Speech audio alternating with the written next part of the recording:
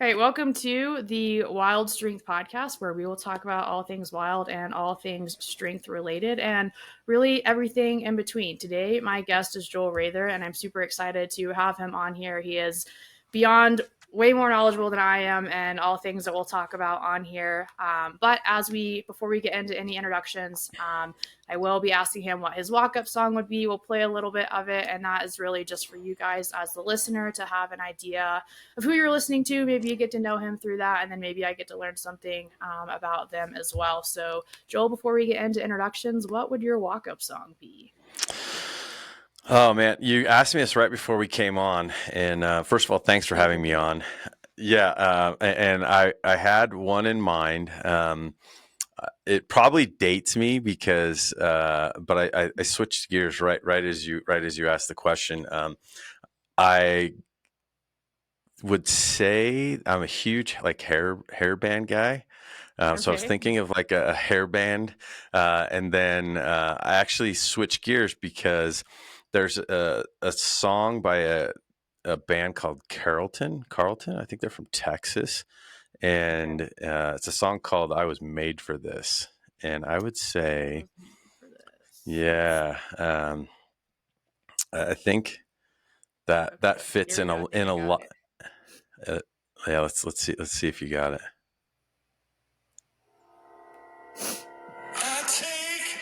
Yeah, that's it. Oh, yeah. Okay.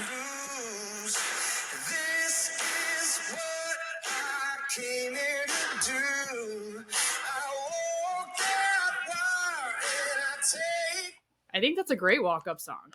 Yeah, and it gets Definitely better. sets the tone for if you're an actual sport athlete and that's your walk-up song, it sets the tone for it. But like a good Yeah. pre-workout song or Oh yeah, that was a good 100%. one. And it just keeps getting better. So, Yeah. I would I say haven't heard that's that one that's before, that's so a I'm gonna pretty, add that to my playlist. you should. That's a great song. That always fires me up. Yeah, sweet. That was perfect. So, anyways, we'll get into introductions here. As I mentioned, this is Joel Raether. I met him a few years ago through the NSCA, the National Strength and Conditioning Association, Yep. and quickly realized he is the man, the myth, the legend.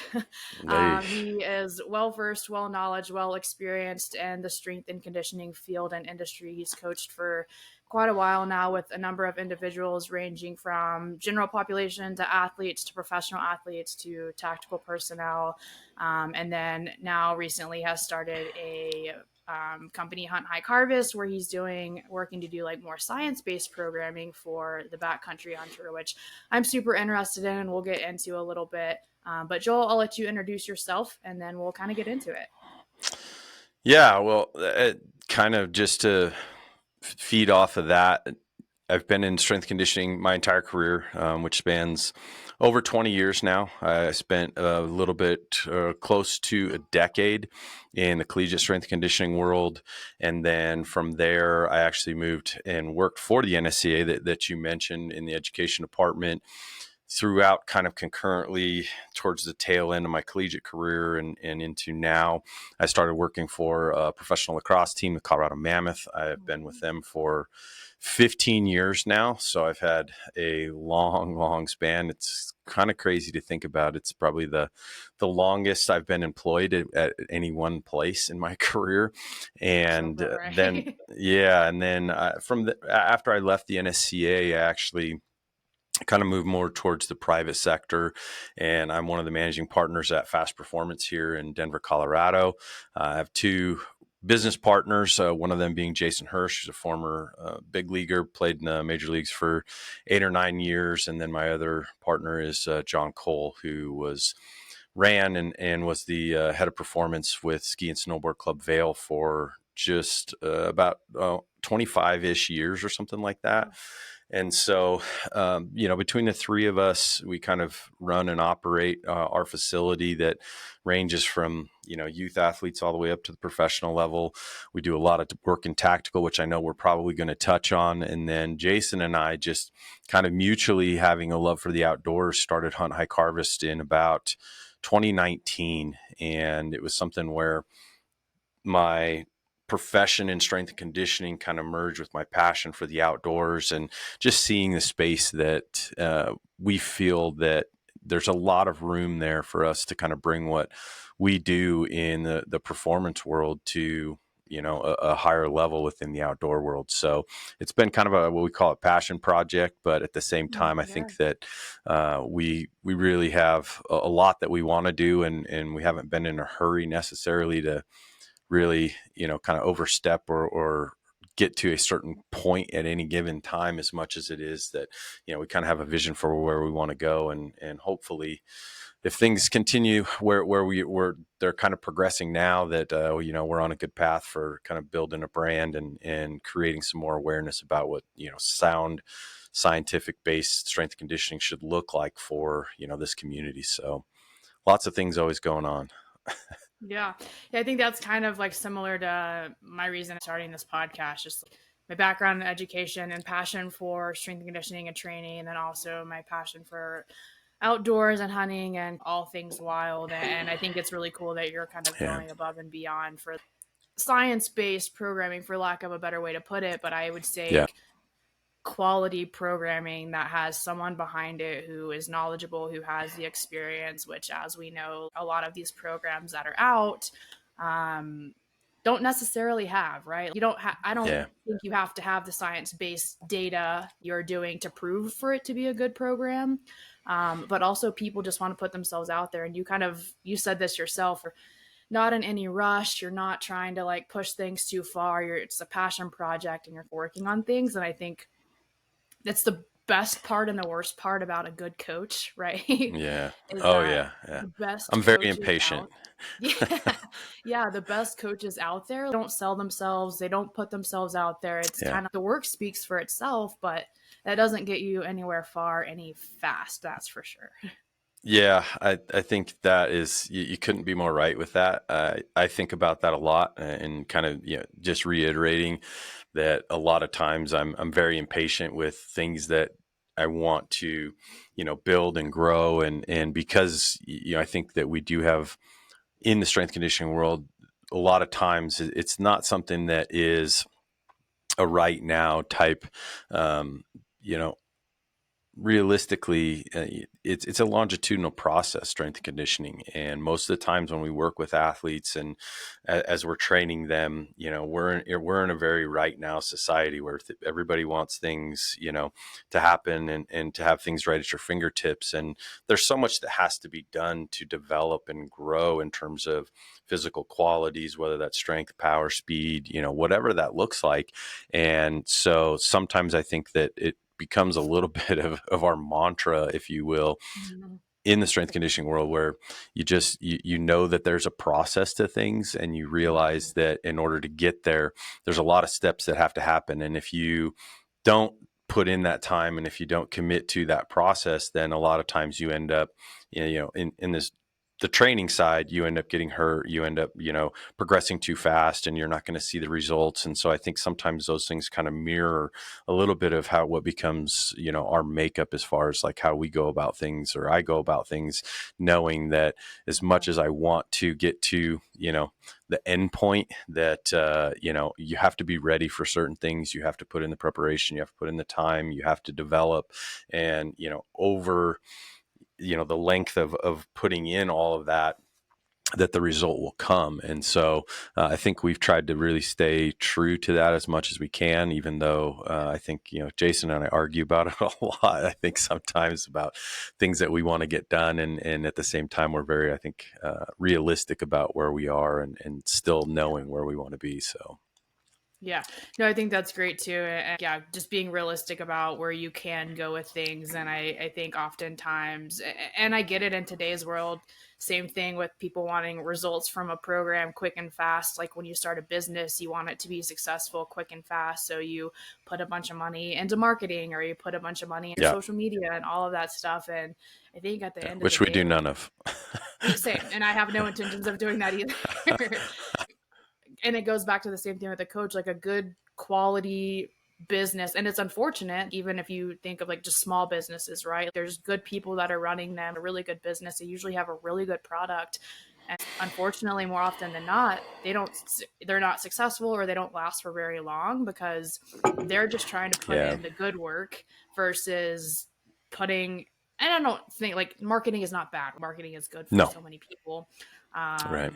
But I think most people go about it in the wrong way, trying to amplify a product or a program or whatever for the wrong reasons, which Yeah. we can kind of get into that too. But I guess, yeah, biggest question for you. I'm glad that you're on here and for anyone who chooses to listen to this podcast. Like you have so much knowledge and experience and training and strength and conditioning and building a good quality program. To you, like with all of these different, I guess with this being like a obviously more of an outdoors podcast, but like a program in general, like what to you is a good program? Oh boy, that's a A loaded question. that's a very loaded question. Um, I think that number one is you have to start with understanding where a specific individual or group or whatever that looks like what is the goal, right? Like where are you headed to?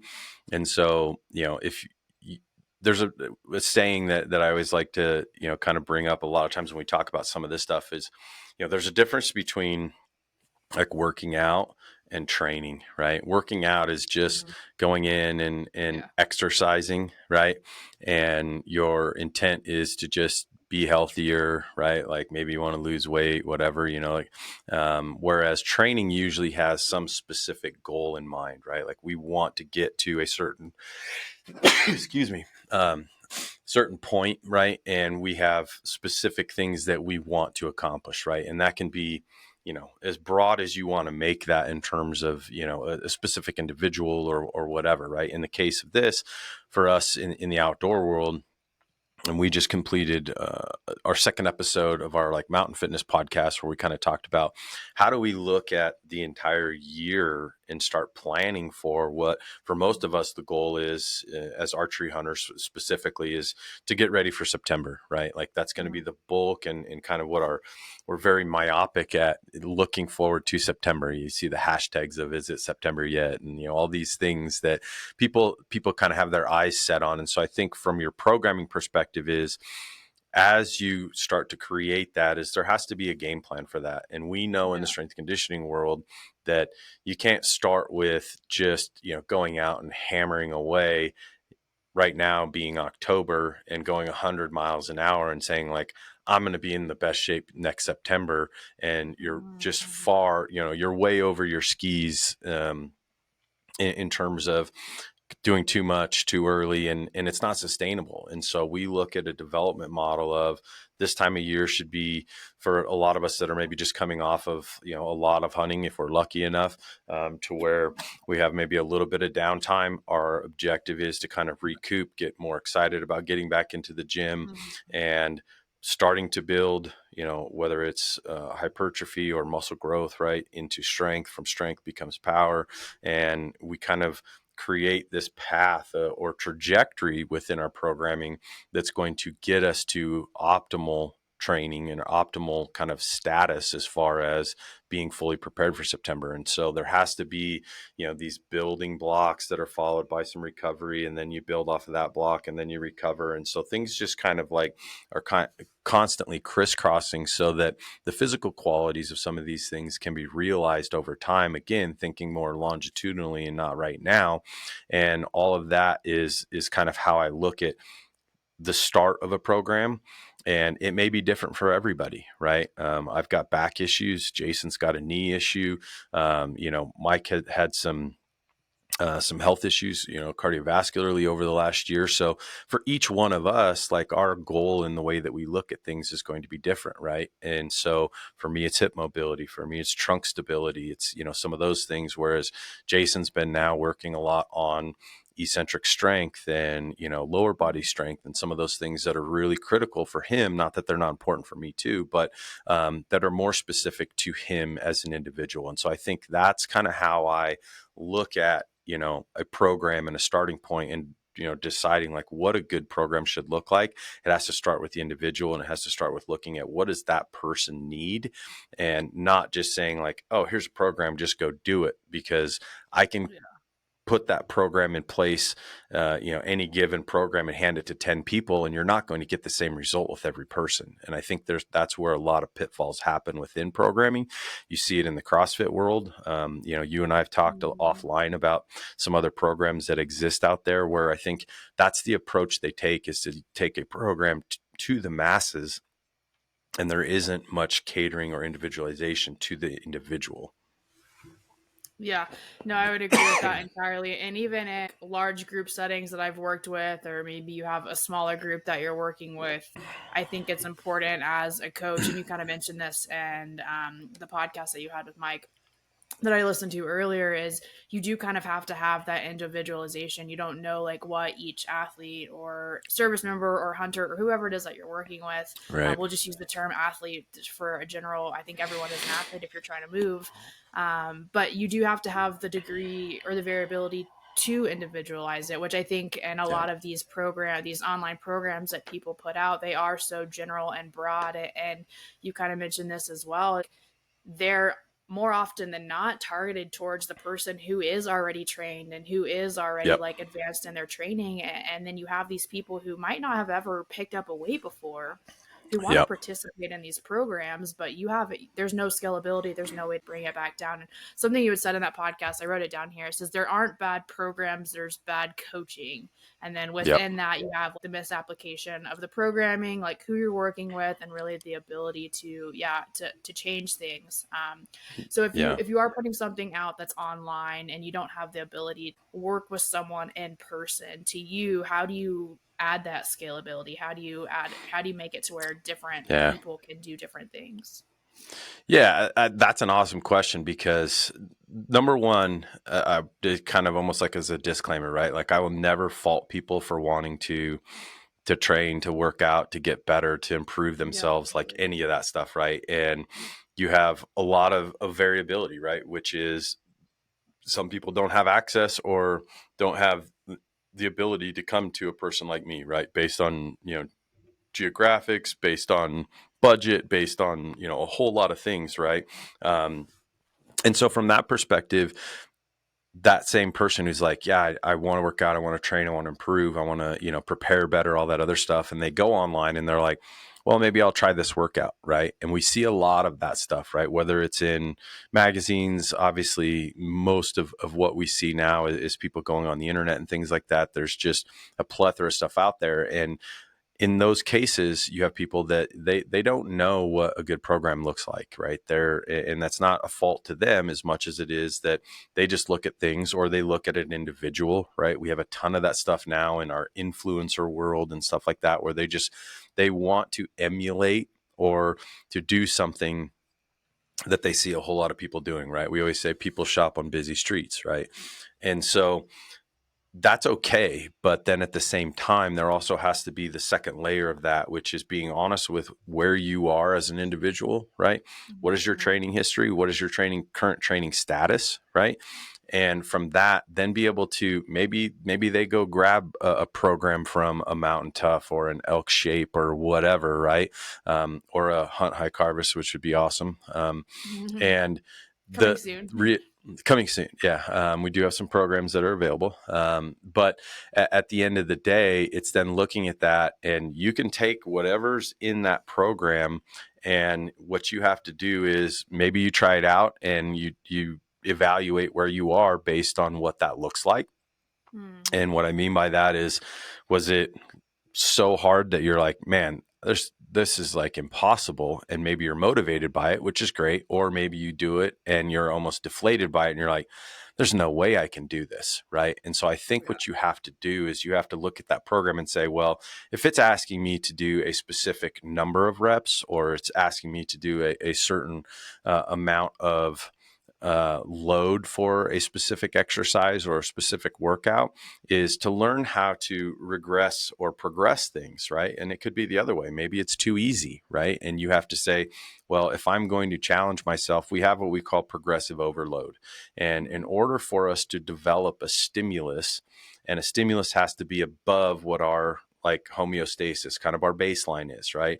If we don't go above that and challenge ourselves a little bit, then neuromuscularly, right, we don't have any reason for our body to adapt or to change. I mean, that's essentially the most basic way of talking about how training is going to affect us positively. And if it's too easy, then the body there's no stimulus above that threshold for our body to have to adapt, right? Meaning strength or power or whatever that looks like, even cardiovascularly, right? So that's where I tell people, if you're going to go do something like that, then find out and be honest with where you're at so that you can then either scale it up or scale it down so that it fits you. It still must challenge you. But if it's so difficult that you're incapable of either completing it, right, or you get to a point of like technical failure, meaning that your technique within any given exercise starts to deplete, right? We start getting poor form in a squat or whatever that looks like, right? Then you just run the risk of, number one, getting injured, which obviously then puts a big damper on things, because then you're like, well, I got hurt doing that. I'm out of here. I'm going to go do something else.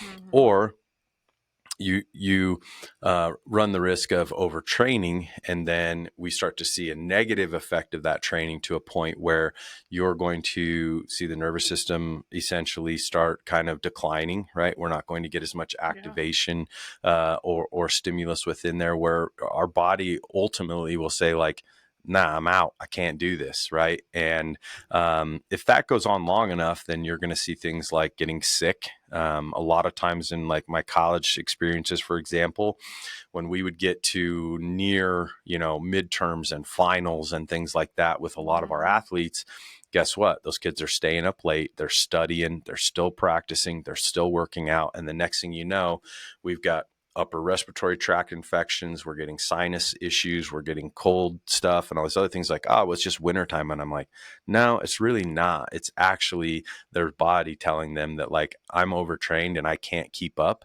with Mm-hmm. what amount of stress you're putting me under, and we start getting sick. I mean, it's a very telltale sign, and I would see this happen year after year after year, and it becomes very cyclical. And so those are things that I think, especially we talk about in the tactical world as well, is Mm-hmm. you're going to train in a lot of groups, right? And you have to learn how to find people that are at the top end of that paradigm that we need to challenge and scale things up and make it more challenging for. And yet we can't expect the people that are at the bottom end of that to do what these people are doing over here. And so we have to scale that down so that we're still challenging these folks. We're still challenging these folks, but the center mass of our group is probably being hit appropriately with whatever our like baseline program looks like, if you will. Yeah. Yeah, I think an in-person setting for me, I've kind of always liked using red light, yellow light, green light kind of theory. And whether or not that's me straight up asking the person that I'm working with, like, hey, on this scale, like, how are you feeling, red, yellow, green, and then we adapt accordingly. Or it's because I've Yeah, just worked with this group or this person for so long now that I can tell simply by the way that they walked in the building where they're at on that scale. And so for I can sure. kind of know what they need to be doing. And unfortunately, you don't have that advantage when it is an online program. And Yeah. so I think even including, I know different apps, Team Builder, Train Heroic, all that kind of stuff. If you can include something like that in there, and then you have the problem of sometimes which in person, someone can come in and you can tell like, they're probably not doing hot today, and you ask them and they're like, I'm doing great, coach. And you're like, I can tell you're not. And so you have the same problem Yeah. on the apps. Obviously, that's a problem that you'll never be able to completely do away with. But I think that's where Yeah. education component of it comes in. And that's like really, as much as I love coaching, and I think I love coaching because to me, I'm educating, right? Like, yes, maybe I'm getting them like bigger, faster, stronger, but if I'm able to just educate them a little bit more on like even just a broader health perspective, Yeah. longevity and resilience and long term, Yep. not even just training, but like for life, right? I think that's so important because a lot of people who hop on these programs that we can sit here and shit on all day, they don't know better, right? And you don't Yeah. do better until you know better, unfortunately. And so I For think sure. for me, a huge thing, even on this podcast and anything else, is just putting, and reason for like having you on here is putting education out there and helping people understand maybe how to sort through different programs. And kind of like you mentioned, I don't think most people understand that the stressors they have outside of training affects their training. Like training in and of For sure. itself is a stress on the body. And if you're not sleeping well, if you're drinking a lot or like nicotine, tobacco, all that kind of stuff, if you're stressed Yeah. at work, if you're stressed from family, like that's also going to affect your training, and you have to know to scale back and when to scale back. Yeah, 100%. And I couldn't agree with that more. I think I talk about that a lot when I present, and we kind of get into this in kind of looking what I call like a global programming kind of perspective, is that stress is stress, right? And of Yeah, course at the end of the we day. could really dive into nuance behind that, of course, right? But at the end of the day, I try to create a picture for people that I work with where I tell them just before we started kind of getting into our preseason with my pro lacrosse guys, I did individual calls with every one of them, which was a lot of Mm, fun. On a side note, about 30 individual phone calls.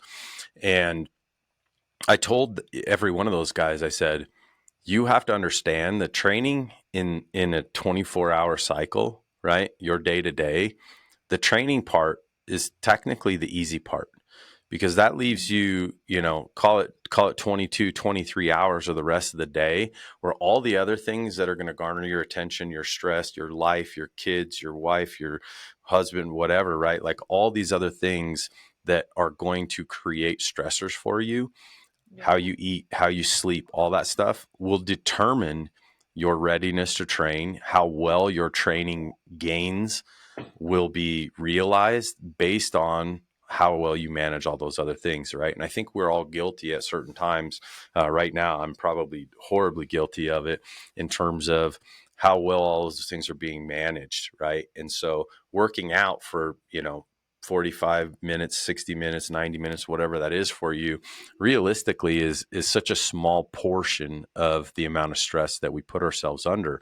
And yeah. you have to recognize that for some people, how many times have you heard someone say like, "Oh, I just got to go work out because that's my stress relief," right? And you're like, Been there. I mean, yeah, I think everyone goes to that part. yeah. So it's like that in itself. I actually watched a clip this morning. It was actually from Rogan's podcast, and he was talking about a research study that just came out. And I was in one of like a European country where they are now part of their like healthcare or something like that, that the best prescription is exercise, because the benefits of what it's doing for all Yeah, of our mental health, obviously our physical health and well-being and all these other things. It was an actual research study that showed the percentage of improvement in overall health compared to going, call it, seeing a therapist or medication or any of these other things, that it far outweighed any of them. And so there's now saying this is our method of improving overall health in people.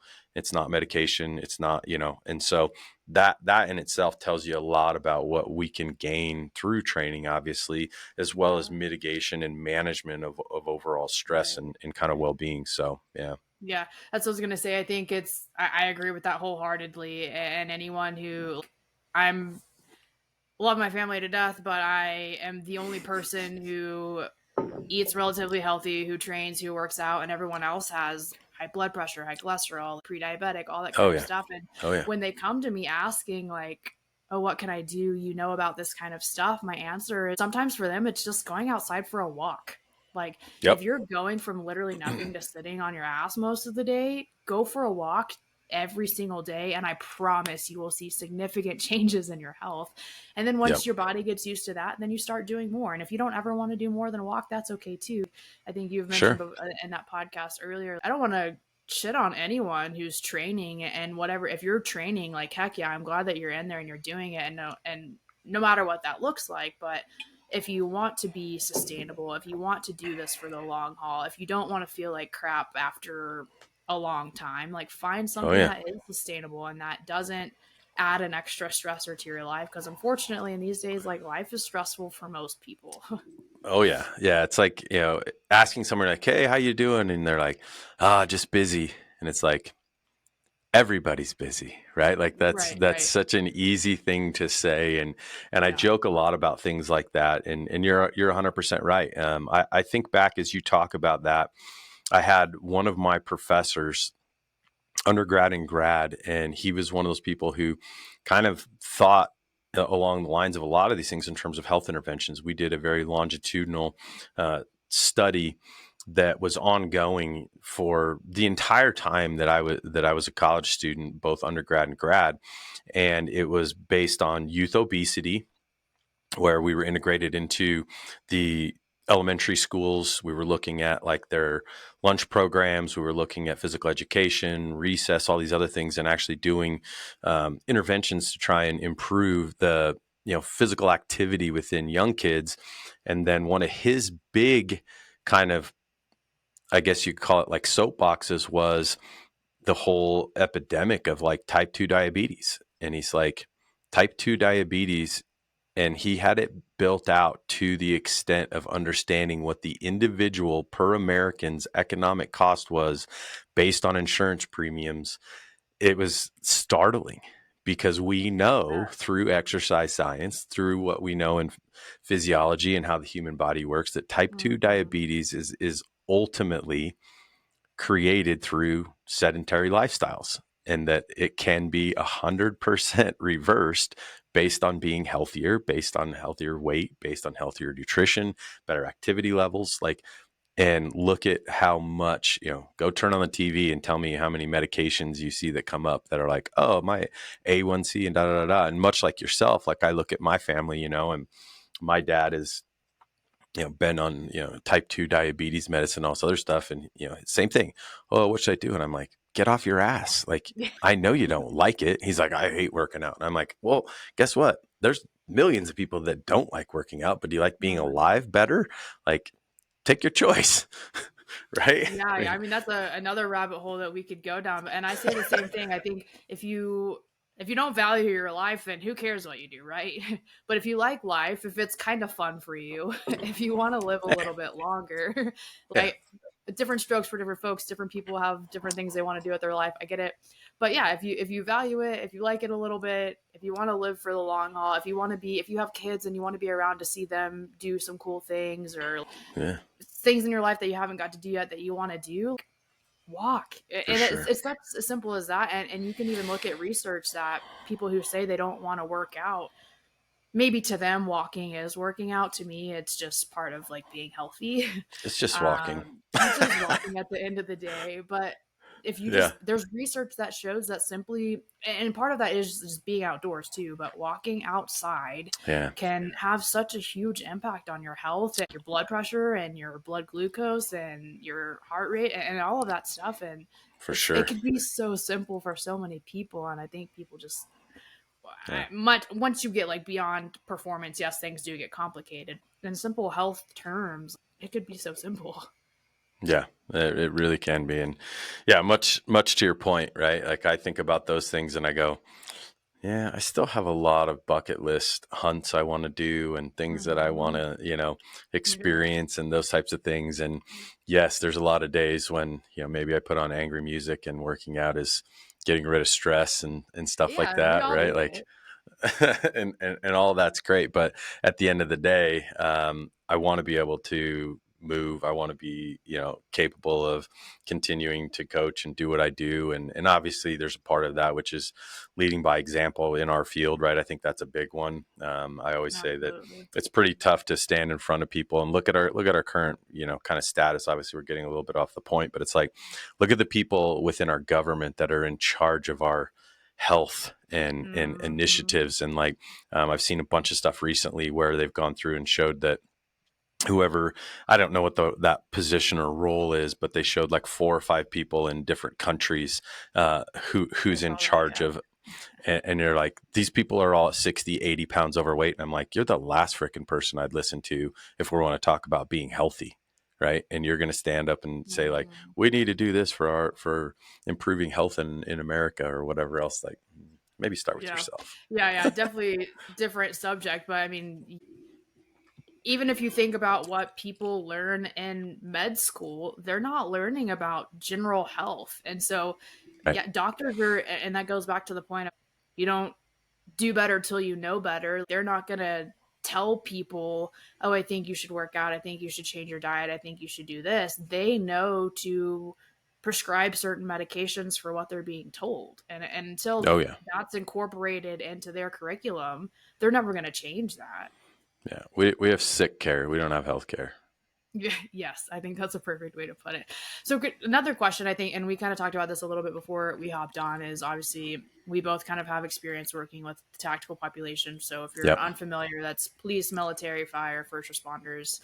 Yep. I kind of find a commonality between those folks and the backcountry or hunters, period, right? You don't have to be a backcountry hunter. I think at the end of the day, the correlation for me, those kind of people like to challenge themselves, they like to do hard things.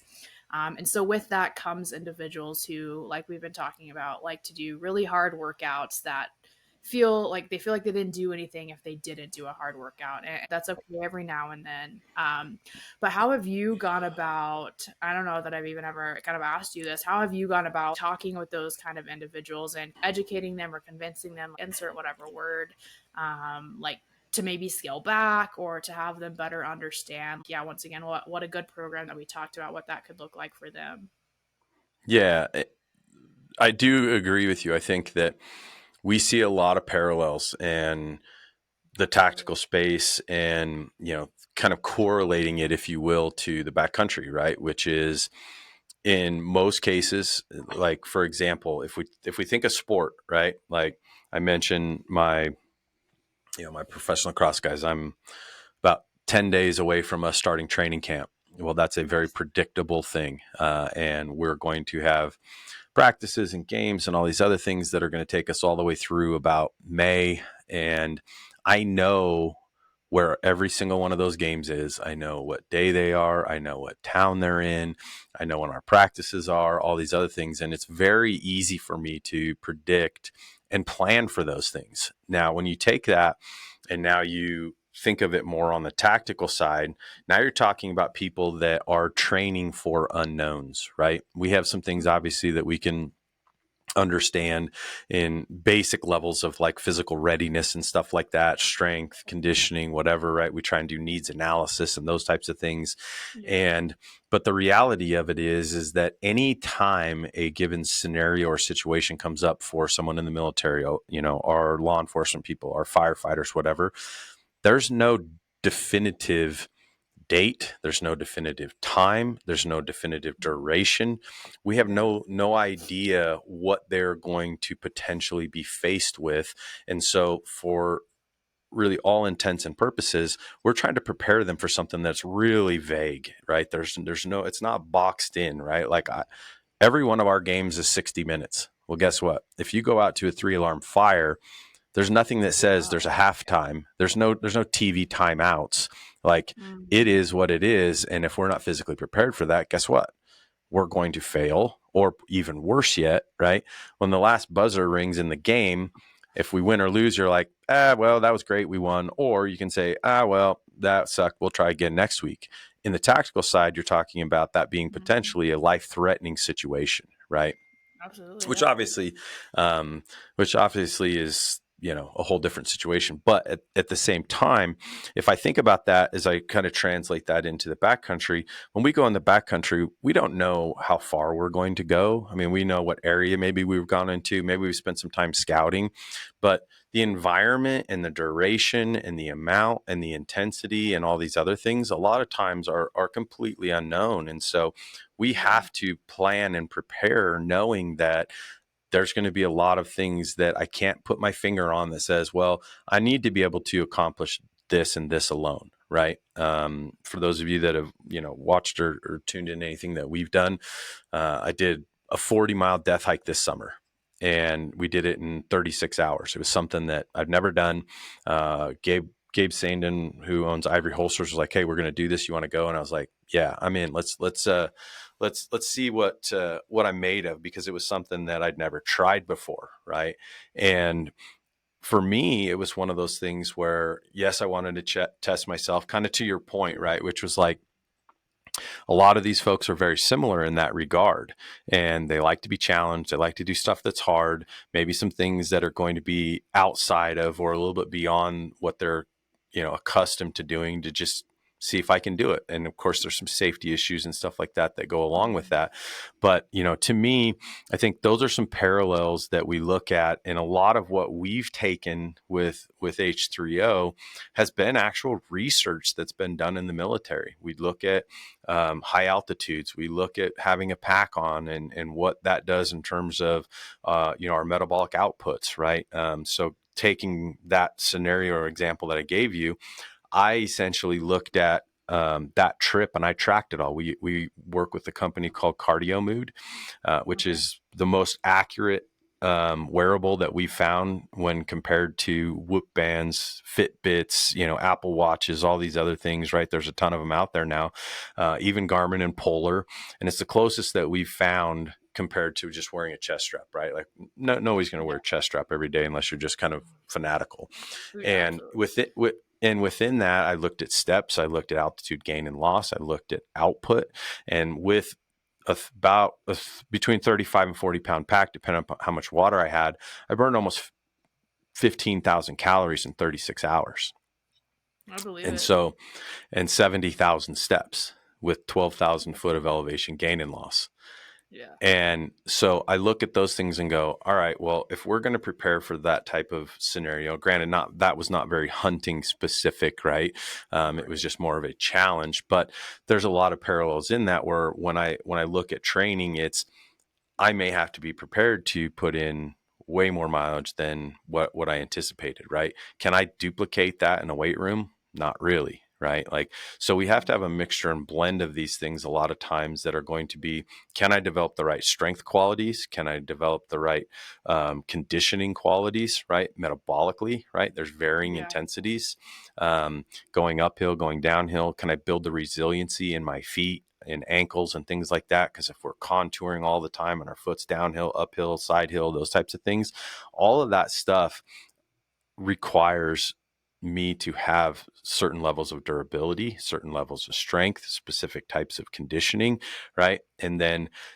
ultimately, that similarity between what some of those tactical folks are doing and are being asked to do has some parallels without obviously hopefully not the life threatening kind of parameter or possibility into it, although there's some dangers obviously in the backcountry.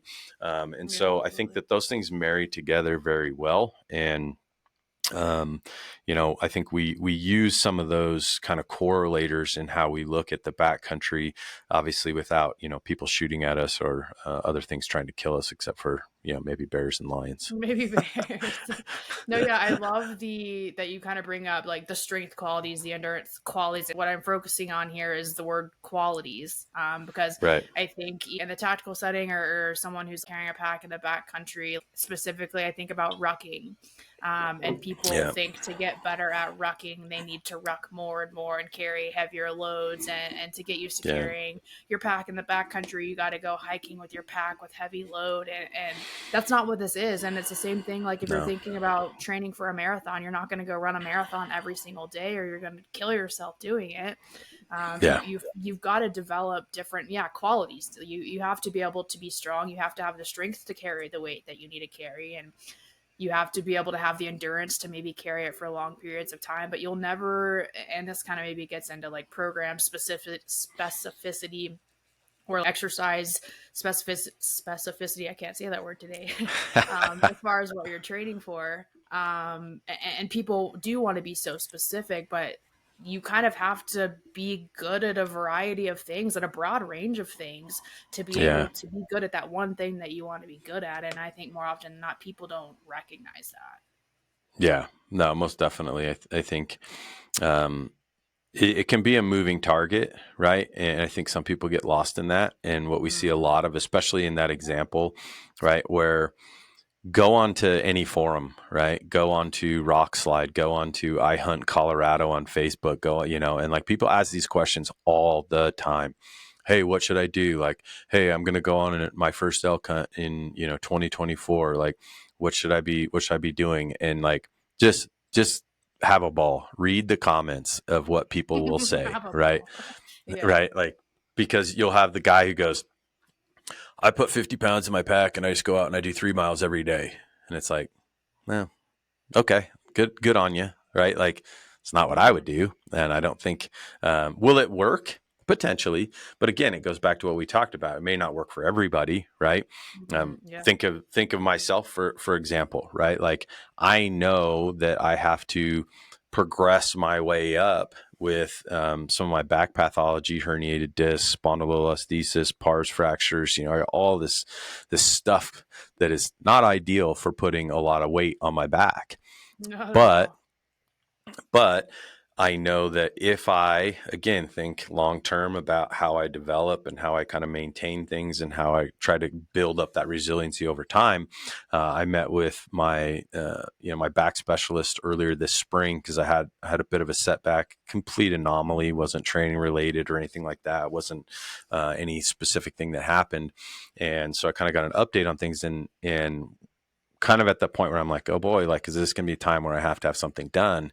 And he kind of looked at it and I went through kind of like a Medrol pack and stuff like that to get some inflammation down. And I said, but the only thing that matters to me, I'm like, I can give up a whole lot of things. I'm like, but can I get it September, be in the backcountry? I'm going to have about a 35, 40 pound pack on. If I'm lucky enough, I may get to come out with 80 or 90 pounds on my back, maybe a couple times. I'm like, can I do that? He's like, yeah, you should be all right. And I was like, perfect. That's all I care That's about. all I need to hear. Right.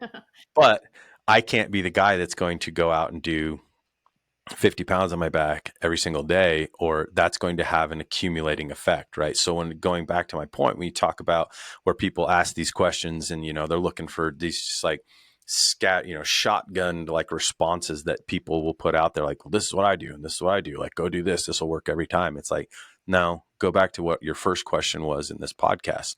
How do we determine what's appropriate? How do you know what a good program actually looks like? Should we have a level of rucking in there? Yeah, but at this time of year where, I'm not going to be out in the backcountry and whatever else, I'm going to go ahead and give that a little bit of a break. I'm going to work on some other things. And then maybe as we start getting closer in the summer and kind of as we are getting closer to September and that type of thing, I'm going to build a program up. I have an entire like 6 or 8 week like rucking protocol that I have built out that kind of like, just like everything else, it's a progressive overload of building you up to a tolerance for those things. And so for me, I think that yes, people want to do the most specific things, which is that's what you're going to have to do.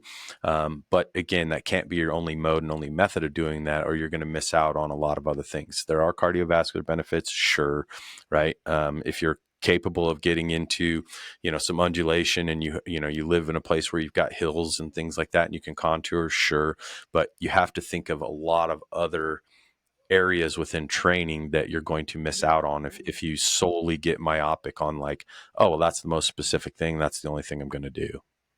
Yeah, and even some of that kind of correlates to archery and training for shooting and stuff. Like I've got a shoulder issue on my draw arm, unfortunately, and there are people who are like, "Oh, you have to shoot 100 arrows a day or whatever," and I No, you can't. I don't. physically can't do that. Like I probably Mm-hmm. wouldn't have a functioning shoulder if I did that. But for me, getting better at shooting is each day. If I can get anywhere from 10 to 20 shots in, and then maybe I'll go shoot a 3D course where there's a little over 20 targets, but I'm also getting consistent rest in between each shot that I'm taking, versus Right. if I'm just sitting there shooting consistently without really resting, I'm maybe good for 30 if I'm lucky. And so I think Yeah. people, yeah, they hear these big names or whatever, and they say, like you said, if they think it works for one person, they think it's going to work for them. And then for me, I know, yeah, shooting specifically, I can get X amount of shots in each day if I want to shoot every day. And then I know what I have to do in my training to rehab my shoulder to be able to keep doing 30 shots a day. Because even if I don't do that in my training, then I can't even shoot that many times a day. Yeah. And yeah, I think most people want to see, and yeah, the big names, and if it works for them, it works for me. And that's hard to like educate people on too, because Yeah. literally every body is different. Yep, for sure. I mean, as you were saying that, I was thinking about listening or watching a clip that like Dudley put out, and he was talking about like, oh, this is my 300th arrow today, and I'm like, well, number one, I don't have that kind of time. Right. Number Yeah. two, Time is number huge. number two, and of course, people say, like, oh, time is what you make of it, and I'm like, yeah, okay, gotcha. But Right. Yeah. Noted. But at the end of the day, realistically, you look at that that individual, right? I've been fortunate enough to meet John numerous times, and you know Yeah, he's great amazing, guy. right? Like, and what he does for the community is awesome. The amount of information he puts out is tremendous, and he does it freely, which I think is very commendable. And he's Yeah. done so much for the archery world. But guess what? He's probably shot 100,000 more arrows than probably most people ever will, right? And Yeah, for you sure. look at some of those things, and some of that comes from the amount of time that he's put into it. He's capable of doing that. As to your point, right? Like for me, I pretty much will stop shooting when I recognize that my technique or fatigue or whatever, my focus level, whatever, any of that stuff, like as it starts declining, and then you start getting like frustrated because you're not seeing the result, right? Mm-hmm. Then I usually just go like, yeah, I'm done. Like, can you build Heck yeah. up? Like maybe it's 25, maybe it's 35. I think I've had times when, I push maybe shooting 80 to 100, maybe a couple times, but it's just like everything else, right? Like you have to build up some tolerance to those things, right? Can you maintain your focus level for longer? Can you think about your shot press process that many times in succession? And as you get better at that, yeah, maybe you can shoot 15, 20 more arrows at a time. But the shoulder issue and stuff like that, there's no point in you like driving through that and being like, oh, I just have to get 20 more arrows downrange. It's like, no, you Yeah. probably need to go back and do some rotator cuff work and shoulder integrity, and maybe it's soft tissue stuff and things like that. And Mike and I talked about that on our podcast too, because yeah, it's everybody's going to be different with that. And at the same time, Mhm. um, yeah, I don't have that kind of ability to shoot that much that often, day in and day out. So I'm going to Yeah. focus on the things that will help improve my shooting platform and stuff like that in the weight room. Yeah, and you kind of mentioned the focus part of it, the mental component, and not even just shooting. Like, there's a huge mental component to training as well. But like, yeah, I've noticed there's times maybe I wasn't in the mood to be shooting, but I was like, man, I'm just gonna go shoot today because I got some time to do it, and I maybe get 10 arrows through, and I notice I can't even shoot like a tight group. Like I'm not even in Oh the yeah, bullseye anywhere near it, and it's not because I'm a bad shot, but I just can't focus on that, and I think yeah, most people in that situation would continue to push until they start getting better mm-hmm. groups, and it progressively gets worse. Right, And so you kind of have to know when, not only physically but like mentally, when do you have to pull back, when do you have to stop. And I think that mental, and even like I said, as a part of training mentally, I don't think people know when to pull back, and that's even the yeah, hardest part to educate. You know how you feel, if you're injured, if you're sore, physically if you're tired, how, and maybe even a question for you, like if you've had this conversation with athletes or whomever you're working with or hunters or whoever, like how do you educate them on the mental component of that? yeah. That's a good question. I think one of the things that I tell people a lot when we talk about that is you don't have to be your best every day. You just have to give your best.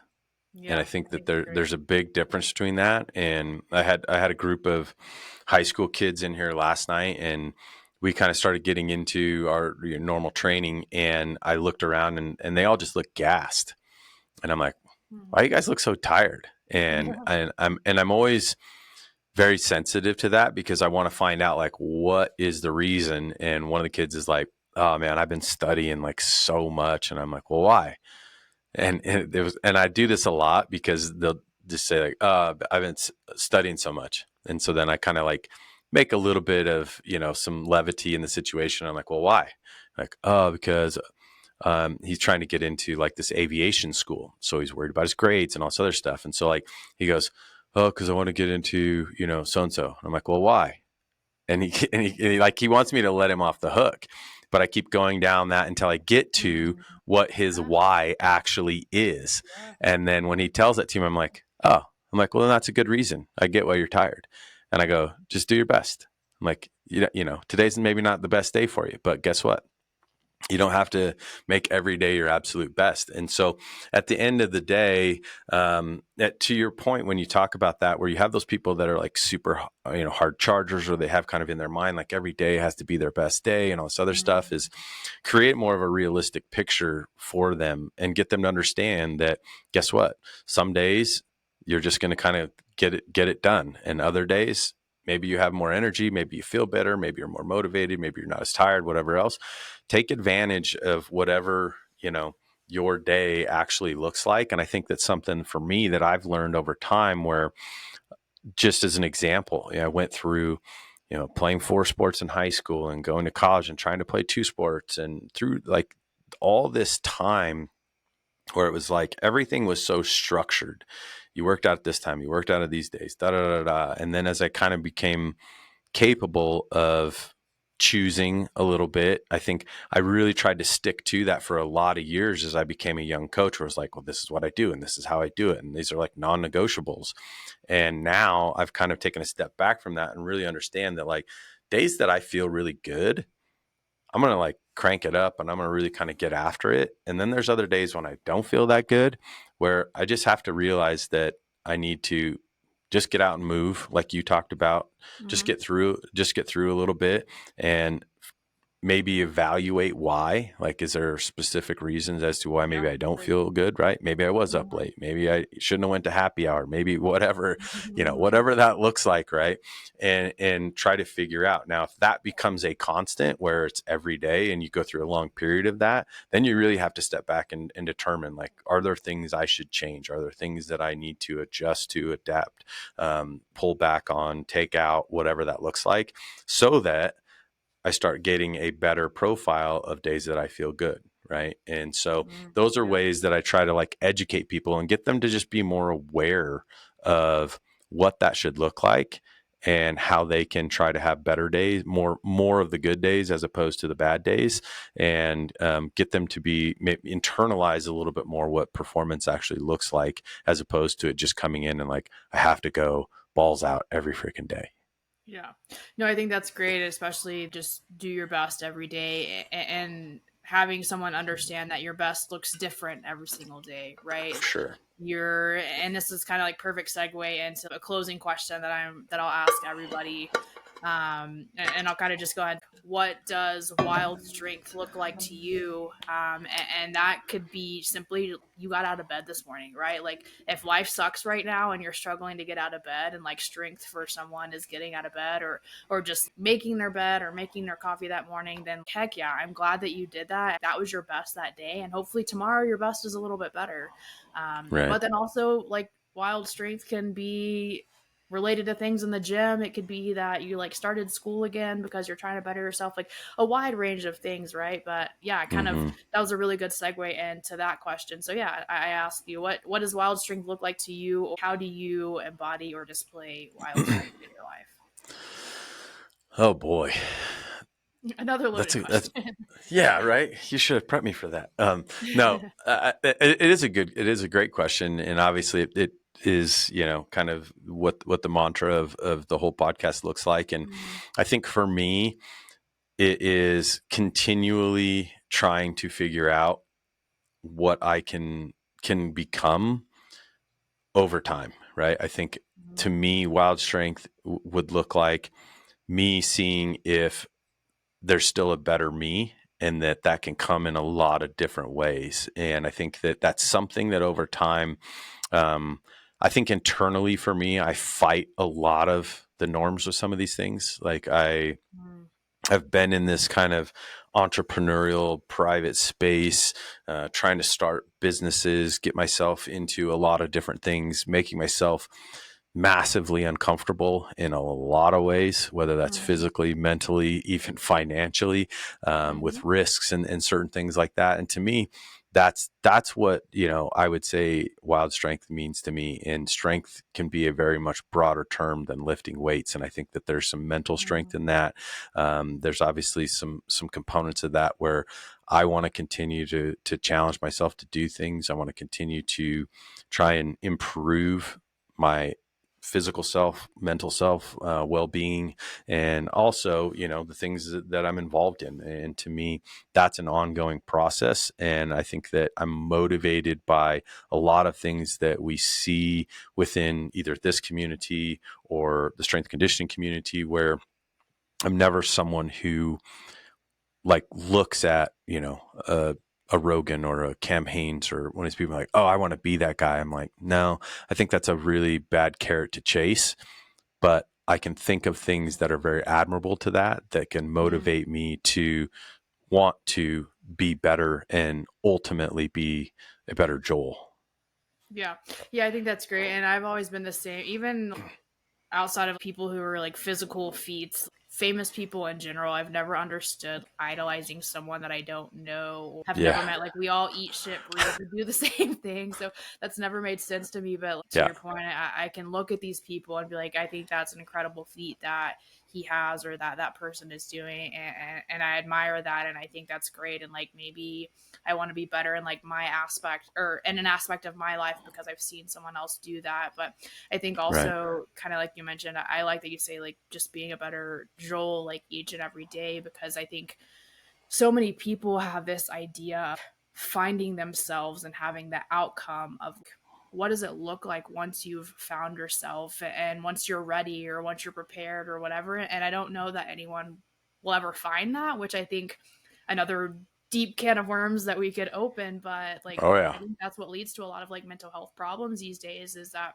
Oh, people feel for like sure. this journey is never ending, but I think you have to just recognize that it is never ending, and that's the exciting part about it. Yeah, 100%. I couldn't agree with that more.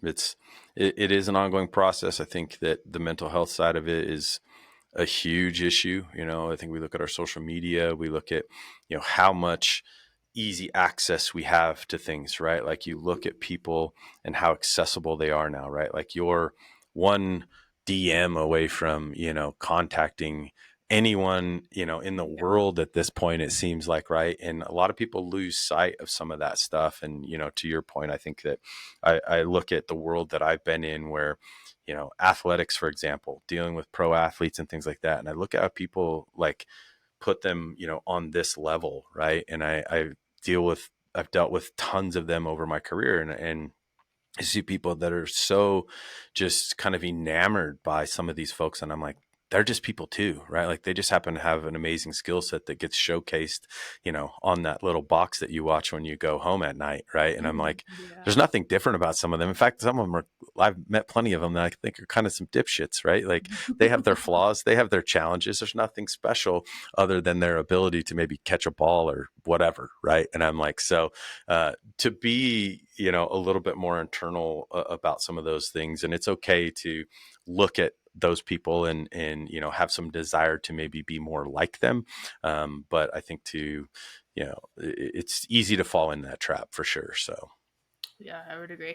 Well, Joel, this has been great. I'll definitely have to have you on more in the future because I feel like we could just talk, like, go Joe Rogan on this and just talk for hours right, about some I of don't know if these anybody will things. listen, but Yeah. Oh, well, that's the fun of it. I'm doing it for myself anyway. So, yeah, no, it's a lot of yeah, fun. this has been great. And definitely, guys, check out what Joel is doing with Hunt Hike Harvest. They've got some really cool things coming up. Joel, where can people find you? Where can they find information that you're putting out? Yeah, so you can go to hikeharvest.com, and if you look us up on Instagram, Facebook, YouTube, Twitter, any of those things, we have a ton of stuff out there. We just launched a new store. You probably haven't seen this shirt yet. With Yeah, I got saw a got couple some, of them. I like it. yeah, yeah. So I pretty think I'll exciting get stuff. one.